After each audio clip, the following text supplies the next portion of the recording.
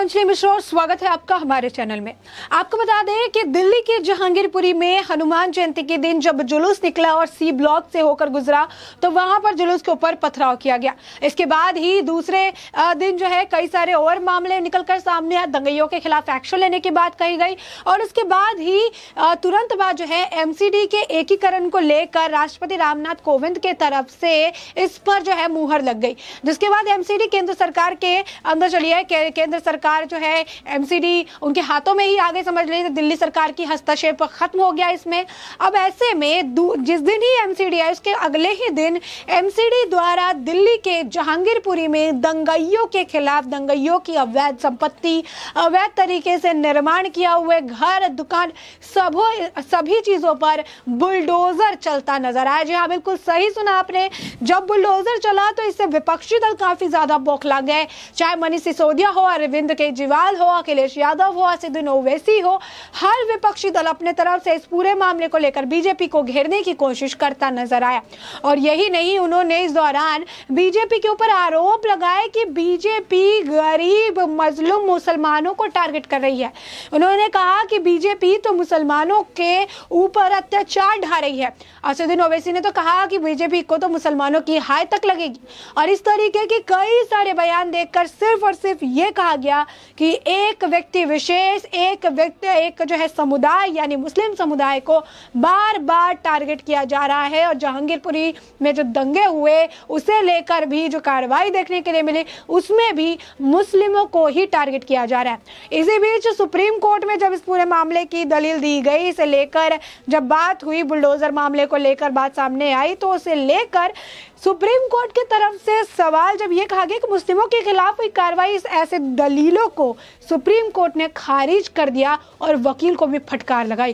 क्या कहा supreme court ने, आखिर क्या टेक था सुप्रीम कोर्ट का इस पूरे मामले पे जो बुलडोजर द्वारा एक्शन है जिसे लगातार विपक्षी दल गलत बताने की कोशिश कर रहे हैं, इस पर क्या कुछ टेक था सुप्रीम कोर्ट का और आखिर कौन से वकील थे जिन्हें फटकार लगाई गई और इसके रिटर्न में सुप्रीम कोर्ट ने इस मुद्दे पर क्या कहा, इसके बारे में हम आपको बताने वाले हैं। बता दें कि दिल्ली के जहांगीरपुरी में हुए बुलडोजर एक्शन की ओर सभी की निगाहें टिकी हुई थी, लेकिन कल सुप्रीम कोर्ट के आदेश के बाद कार्रवाई रोक दी गई और सुनवाई अगले दिन के लिए टाल दी गई।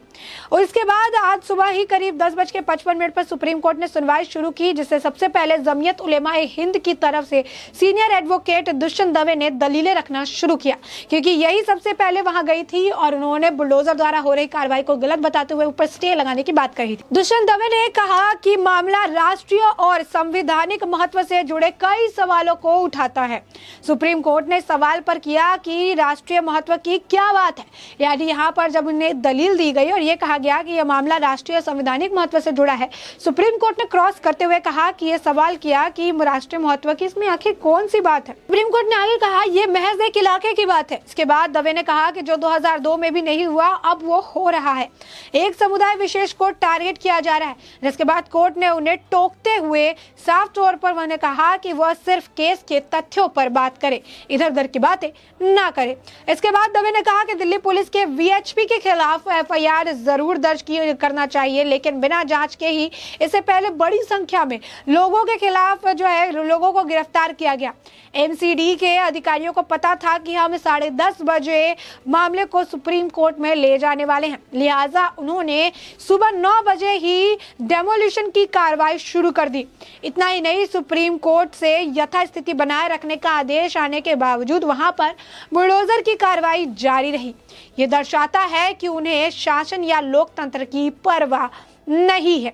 तो साफ तौर पर यहाँ पर आप देख सकते हैं किस तरीके से जो है बयानबाजी की गई। और ऐसे में आपको बता दें कि जहांगीरपुरी डेमोलिशन केस में सुप्रीम कोर्ट ने सुनवाई के दौरान कहा कि फिलहाल जहांगीरपुरी में तोड़फोड़ नहीं होगी। कोर्ट ने नोटिस जारी कर दिया और इस पर सुनवाई के लिए जो है आदेश उन्होंने जारी कर दिया है। बता दें कि आखिर जहांगीरपुरी हिंसा के बाद बुलडोजर को लेकर सुप्रीम कोर्ट ने जमीयत उलेमा हिंद की तरफ से पक्ष रख रहे दुष्यंत दुबे को इसे राष्ट्रीय महत्व का मामला करार दिया। इसके साथ ही उन्होंने एक समुदाय को निशाना बनाने का आरोप लगाया। सुनवाई के दूसरे दिन दुष्यंत दवे ने कहा कि पहले कभी भी इस तरीके की कार्रवाई नहीं हुई। उन्होंने आगे कहा कि पुलिस ने हिंदू पक्ष के ऊपर की एफआईआर की है और अपने बिना अनुमति यात्रा निकाली। दूसरी तरफ नागेश्वर राव और बीआर गवई की सुनवाई के बेंच की जो है सॉलिसिटर जनरल ने कहा कि इसको केस के तथ्यों पर बात करने के लिए कहिए, यह भाषण का मंच नहीं है। इसके बाद जज ने कहा कि आप केस पर बात करिए। जस्टिस की तरफ से कहा गया कि अतिक्रमण हटाने पर रोक नहीं लगा सकते हैं, यह काम बुलडोजर से ही होता है। वकील दवे ने कहा कि कानूनन 5 से 15 दिन का नोटिस मिलना चाहिए था और ऐसे मामलों में कई बार कोर्ट के नोटिस की जो मियाद है उसे बढ़ाया गया। उन्होंने आगे कहा कि बीजेपी नेता ने चिट्ठी लिखी और लोगों को बिना मौका दिए कार्रवाई शुरू कर दी। दिल्ली में 1731 से अधिकृत कॉलोनी है, लगभग 50 लाख लोग रहते हैं, लेकिन एक ही कॉलोनी को निशाना बनाया गया। दवे ने कहा कि 30 साल से ज्यादा पुराने निर्माण को अचानक गिराना शुरू कर दिया गया। जबकि दूसरी तरफ कपिल सिब्बल ने कहा कि अतिक्रमण और अवैध निर्माण पूरे देश की समस्या है, लेकिन इसकी आड़ में एक समुदाय को निशाना बना रहे हैं। एमपी के मंत्री ने कहा कि अगर मुसलमान धार्मिक यात्रा पर हमला करेंगे तो उनसे कोई रियायतें नहीं होगी। यह किसने तय कर दिया? ये कहाँ का कानून है? कहीं कहीं तो समुदाय के लोगों को अपने इलाके में कैद करके रख दिया है। यह समय है कि कोर्ट यह संदेश दे कि कानून का शासन है। बता दें कि जस्टिस राव ने कहा कि हम देश भर में अतिक्रमण हटाने का अभियान रोकने का आदेश नहीं दे सकते हैं, जो कहीं ना कहीं के लिए बड़ा झटका था, क्योंकि इन्हें लगा था कि इस पे कोई टेक आएगा और कोर्ट उनके फेवर में बात करेगी, लेकिन कोर्ट ने उनके फेवर में बात नहीं किया। सिब्बल ने कहा कि मैं बुलडोजर की बात कर रहा हूं, जिस तरह से सब हो रहा है ये गलत है। इसके बाद जज ने कहा कि यह काम बुलडोजर से ही होता है, वैसे हम आपकी बात समझ गए। यानी कहीं ना कहीं ये टॉन्ट की तरह था। इसके बाद दवे, पीवी सुरेंद्र, संजय हेगड़े, एमआर शमशाद बात कर रहे थे कि कलाई कोर्ट में आदेश के बाद भी अभियान चलता रहा। सॉलिसिटर जनरल ने बोला कि इलाके में 19 जनवरी से अभियान चल रहा है। जमीयत उलेमाए हिंद मामले में कूद गया और मसले को जटिल बना रहा है। जनवरी से अब तक स्थानीय लोग हाई कोर्ट नहीं गए क्योंकि उन्हें पता है कि कागज दिखाना पड़ेगा। सॉलिसिटर ने फिर कहा कि खरगोन में हिंदुओं को भी 88 संपत्ति तोड़ी गई और इसके नोटिस 2021 में भी दिए गए थे। यह एक पैटर्न बन गया है कि कोई संगठन मामले में कूदता है, फिर से राजनीतिक मसला बना दिया जाता है, जबकि राजनीति से इस मसले का कोई लेना देना नहीं है। कोर्ट ने फिर कहा कि सभी लोग एक दूसरे की दलीलों पर जवाब दें। फिलहाल कल का अंतरिम आदेश जारी रहेगा। कोर्ट ने कहा कि हम सभी याचिकाओं पर नोटिस कर रहे हैं, 2 हफ्ते बाद फिर से इस मामले पर सुनवाई होगी। कोर्ट ने फिर आगे भी कहा अगर हमारा आदेश के बाद भी कार्रवाई चलती रही तो हम इसे भी गंभीरता से लेते हैं।